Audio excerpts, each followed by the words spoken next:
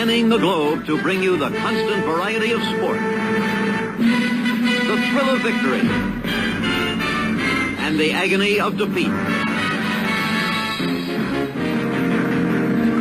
The human drama of athletic competition. This is ABC's Wide World of Sports.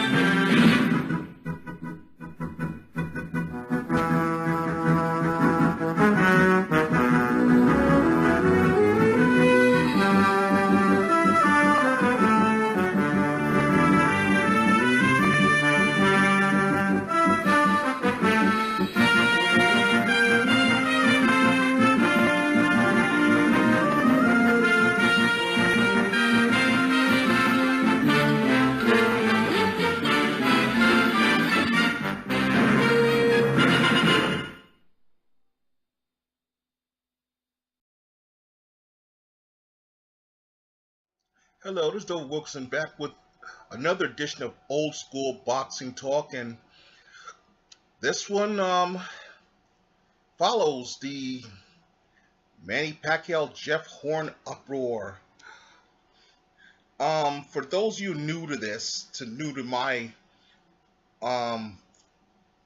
Old School Boxing Talk, I'm very proud of myself because I've learned some things here. The opening that I put on in the front of my videos now, something I've learned to do because, I was showing it, but then I wanted to know how to do it myself, and I've been playing with it, so I'm very proud of that part of it as I put my taste, because I am old school boxing. This is my taste on boxing, and as I learn this stuff, I'm learning different things for, because I like it, I mean, you the fans, I hope you enjoy it, but I'm not trying to get too fancy, Dan, and I'm not trying to do I'm trying to do something to my taste. And a lot of my other videos, I have about 20, 30 other ones. I'm going to put the openings on them, and I'm going to re-upload those at a later date. Probably they'll be coming, I'll just grab them, put them in there, put the opener on there, and I'll just, and away we'll go. With the opening also, as you know, I'm using a, old Wide World of Sports, which isn't around anymore. But I'm also picking a couple other theme music. So I'm going to have two different theme musics. And I'm really having a lot of fun with this. I really am. I'm really enjoying this. So let's get the topic of this is how to fix scoring in boxing. In all combat sports.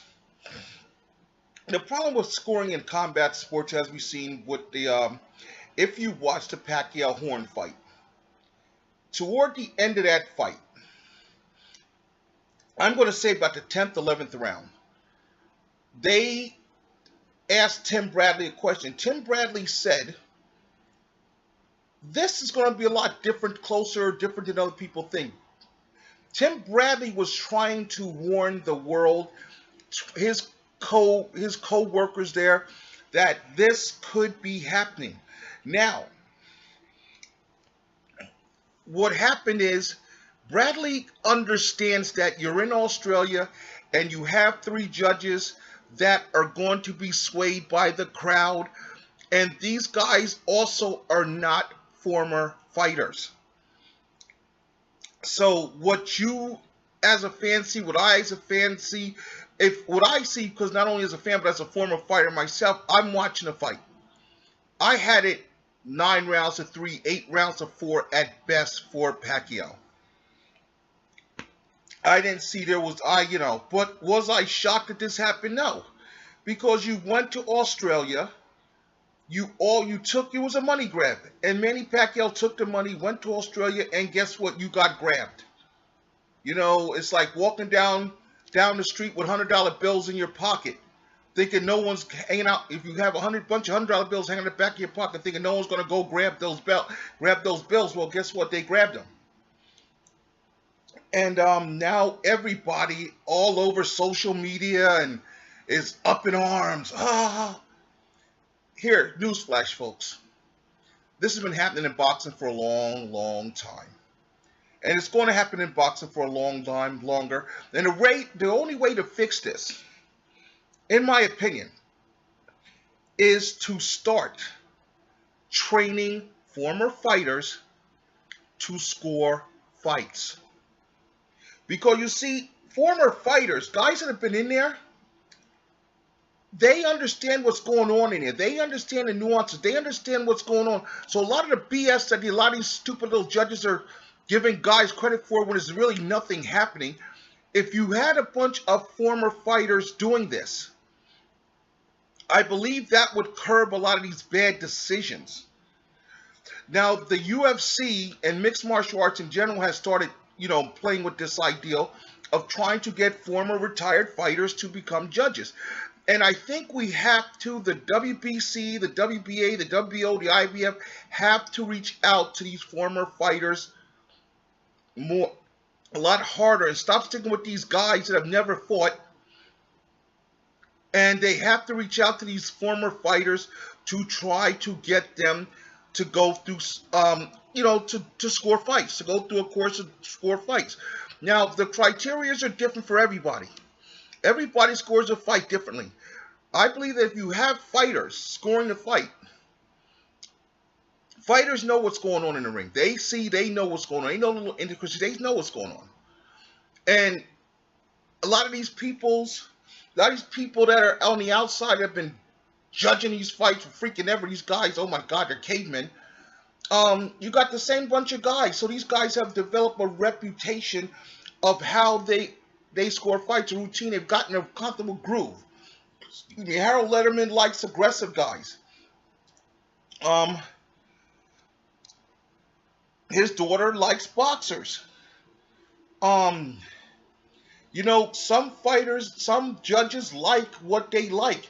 And if a guy's fitting their style of fighting, they are going to score rounds for that guy, even if the other guy might have done enough to hustle him out of the round. Another thing is the hustle.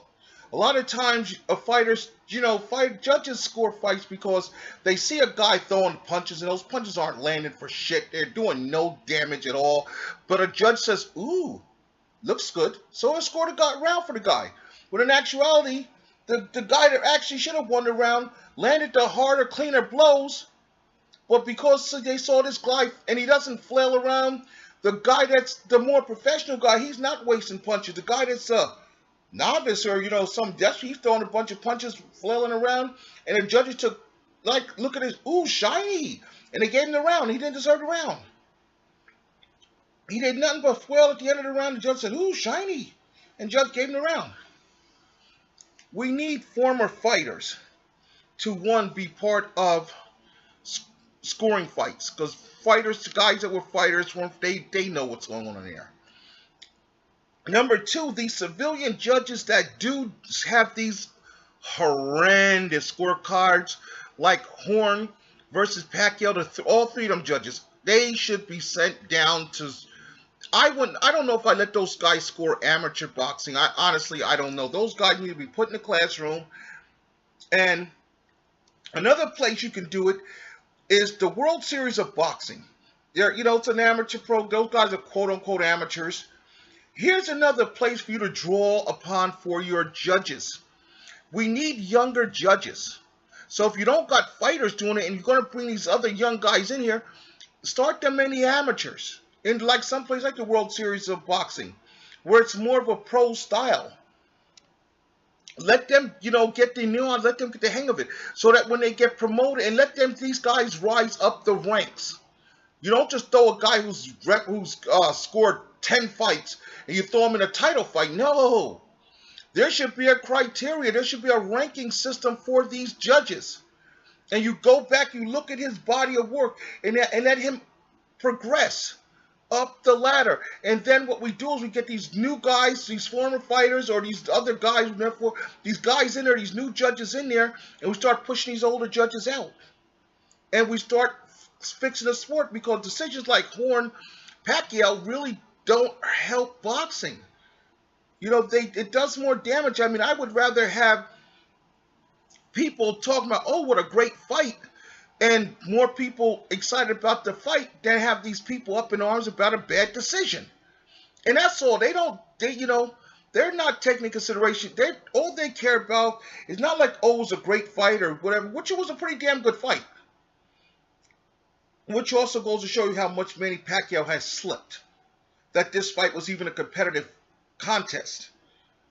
That at 38 years of age, Manny Pacquiao really should look to, I understand that whatever happened with him and his money for the Mayweather fight on his end, I don't know if he owed a bunch of taxes, both in the Philippines and the U.S., had to get that taken care of, so he's not in tax problems. Now he's trying to just make some money to live on. The thing is, and everybody in boxing it's not even a secret, was that Bob Arum was never intending to put Manny Pacquiao in with anybody worth a damn. He wasn't.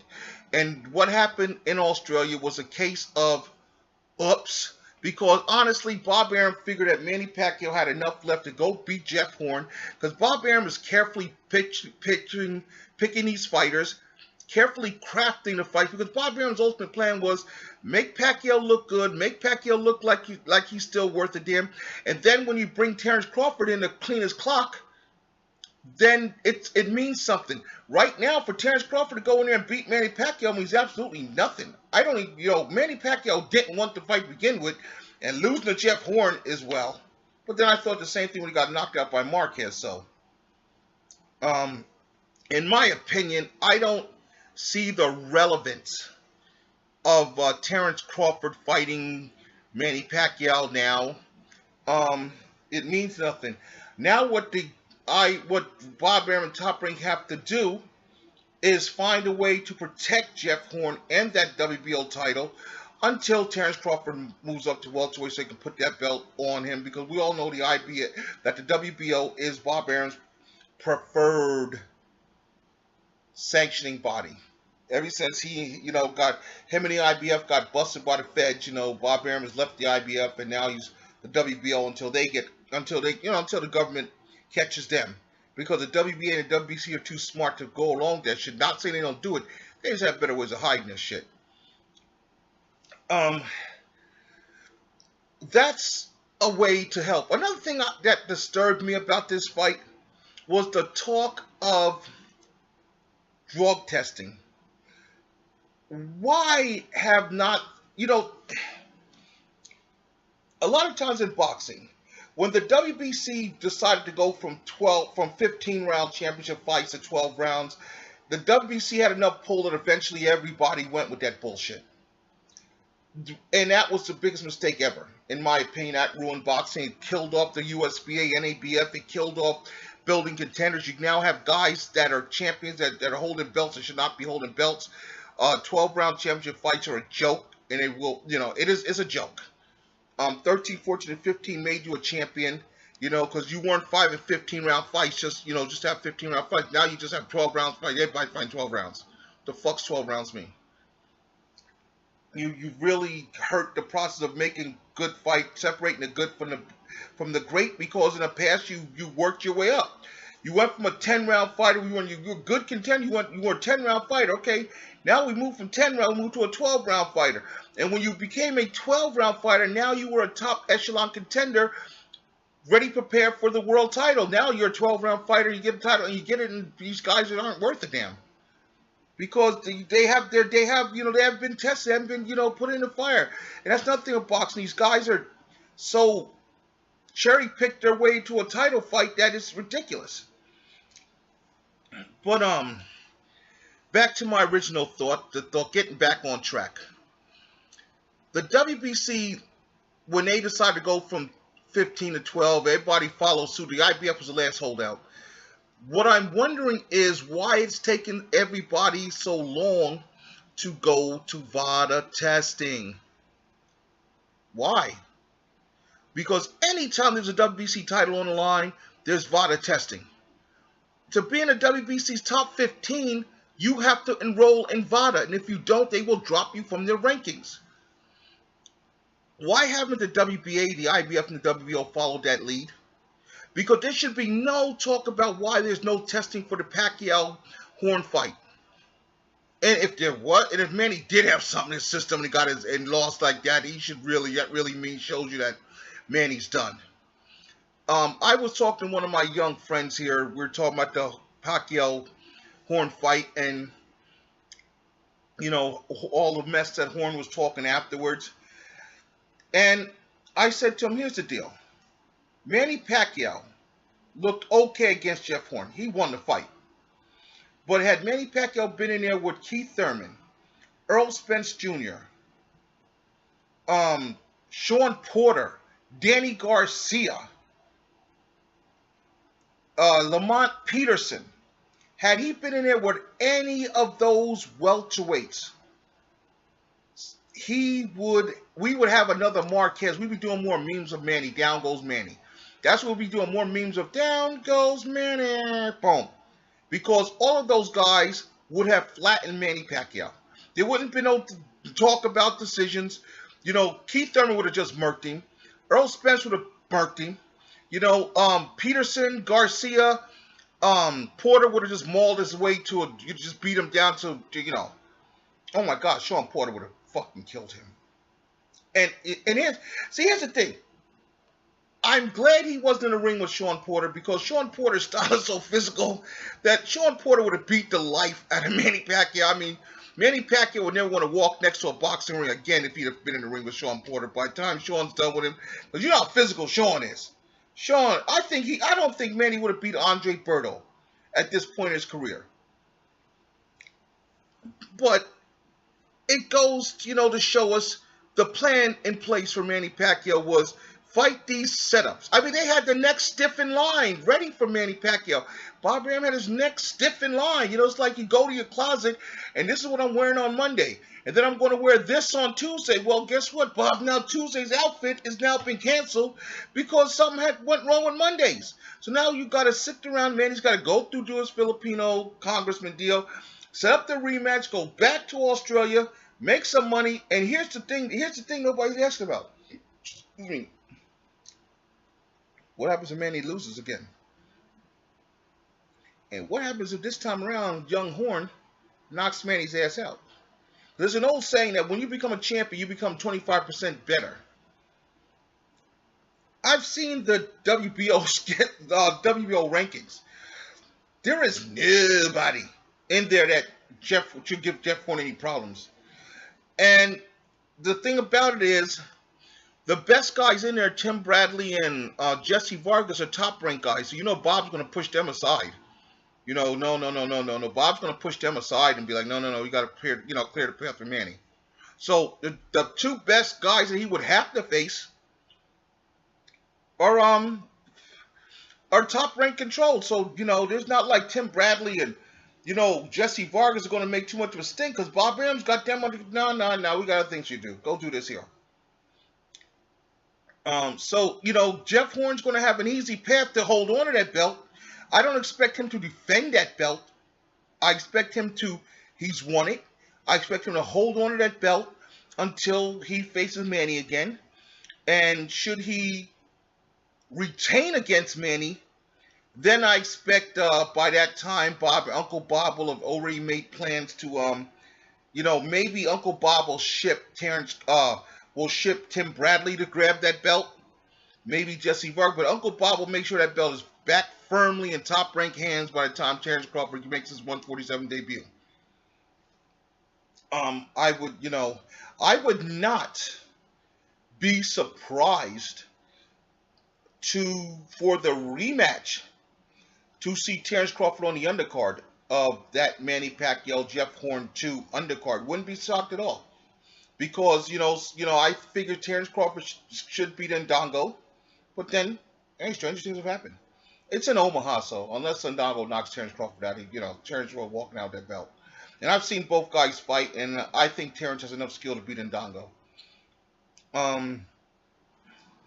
So Terence Crawford should take care of Ndongo.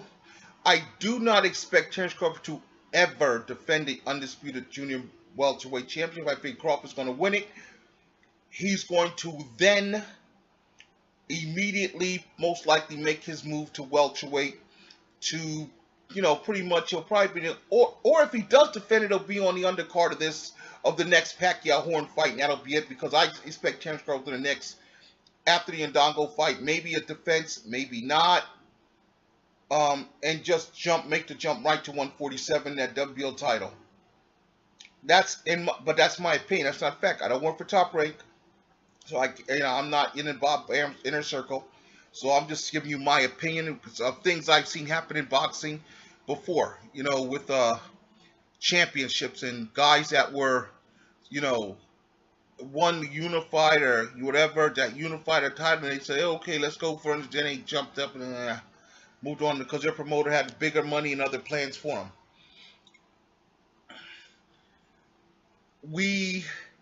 I like the ESPN deal, and here's why. I think it's going to help boxing. Look, ESPN needs all the help it can get. When ESPN was a struggling young network, they had boxing on it. Then there's somehow ESPN, when they got popular and bigger, blah, blah, blah, or they were too good for boxing. Now ESPN is losing subscribers to Fox and other outlets. Now ESPN is like, oh my God, what do we do? What do we do? Here rides in Top Rank, who's got the shits of HBO and their fuckery, and it's a marriage of convenience. Bob Arum is talking about starting his own streaming service, which I think would be awesome. Just something like the WWE Network. Yeah, I'll pay $20 a month for that. Because I can see any of Bob's big fights. On that service. I think that's worth it. Plus, this deal with ESPN is going to really help hit Top Rank. It's not going to help the sport of boxing too much. How it's going to help boxing is going to put eyeballs on the product. How it's going to hurt boxers because Bob Arum doesn't deal with other promoters and he doesn't have the best fighters in there. What I'm wondering is, when are we going to see Shakur Stevenson on this deal? Because one thing I give Top Rank, I don't like them a lot, but I give them credit for, they know how to build a prospect. I was shocked that they didn't find a way to put Shakur Stevenson on this card here. But I would be even more shocked if Shakur Stevenson is not on their next two. Now they got Crawford and Ndongo. I would be shocked if he's not on. If he's not on one of the next two big fights on ESPN, either the Crawford fight or the Lomachenko fight, I expect him to be on one of those two because, like I said, he's a prospect. ESPN knows how to build its prospects real well, so I expect him to be on one of those two cards. Another thing that I'm looking at, and this is just my little old school boxing crystal ball, and it's a little something I heard on the underground, little rumbling there, is about how long this deal with Rock Nation and Andre Ward, and how long Rock Nation is actually going to stay in boxing. Now, like I said, there's, I don't know if they're reliable, but there's rumblings that maybe Rock Nation doesn't stay in the boxing too much longer. Maybe Andre Ward makes the plunge, jumps over the Top Rank. Which would be disastrous for HBO because, HBO, wow, Network of Champions, well, you don't got too many. Because there's, there's also rumors that, that my man Sergey Kovalev may be firing Kathy Duva's ass and he may be jumping to Top Rank. Wouldn't that be something? Which who I feel bad for in this whole mix, well, not really bad for, but it's puzzling, is Golden Boy. I don't want to see, okay, I like what Al Heyman's doing, but I don't want to see Al Heyman. I wouldn't want to see Andre Ward with Al Heyman. I wouldn't want to see Sergey Kovalev with Al Heyman. Al Heyman's got enough fighters. You got enough. I would like to see them with somebody like a Top Rank. Maybe Ringstar. Actually, Richard Schaefer's Ringstar would be awesome for both of those guys. Because Richard Schaefer and Ringstar, okay, Richard doesn't fucks with Top Rank. Okay, we understand that. Because he doesn't like Bob. And I guess he's not going to fuck too much with Golden Boy. But then again, Golden Boy don't really have nobody outside of Canelo. They don't really got shit. But he fucks with Top Rank and he fucks with Al Heyman. So that could be a match made in heaven for either Kovalev or Andre Ward. I mean, for Kovalev it would be great because you sign with Ringstar. You could, Richard Schaefer could get you that damn fight with Adonis Stevenson. That would be a good move for Kovalev. I want to see what Richard Schaefer and his Ringstar does. I think it's going to be good because Richard Schaefer knows what he's doing in boxing. And I know he's got his detractors or whatever, but everybody has his detractors. But I would rather see Richard Schaefer and Ringstar more so than Rock Nation, because I think Richard Schaefer's track record, he showed me he knows what the hell he's doing. Um, excuse me, in my opinion, Rock Nation is still more about music than they are about combat sports.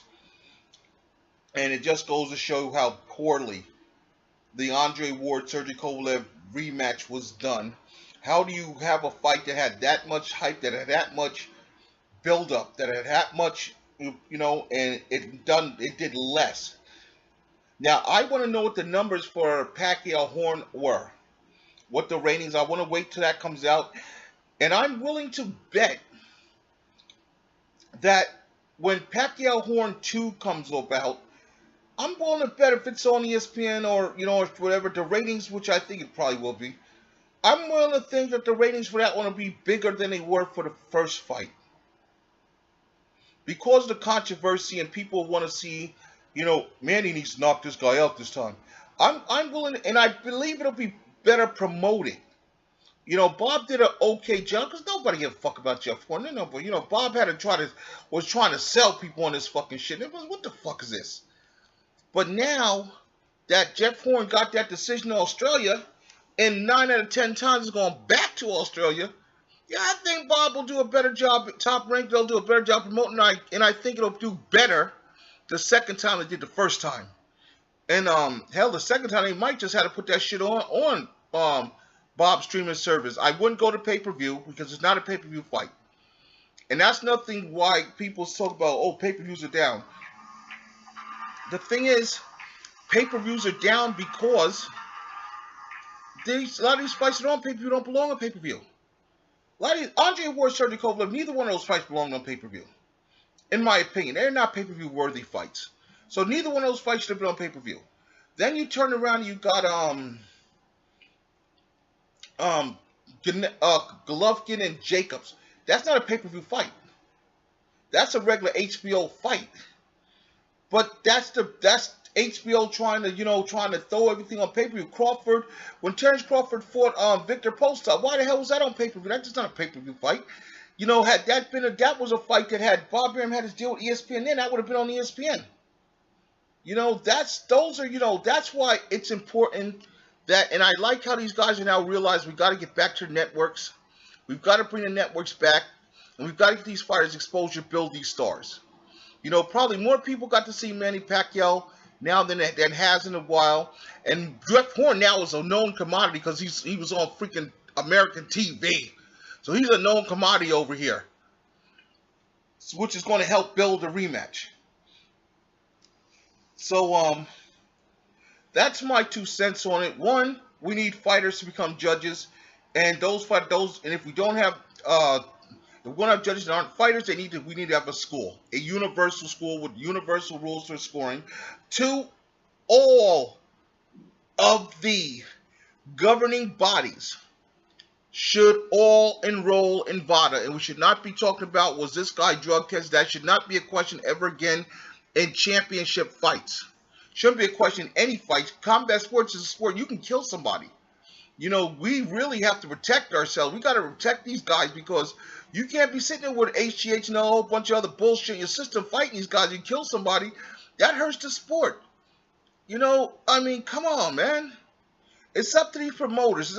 And that's what's wrong. These promoters don't give a fuck about the fighters. Oh, they look at the fighters as, it's like pimps and hoes, man. And we all know what side the fighters are on. They're the highly paid hoes.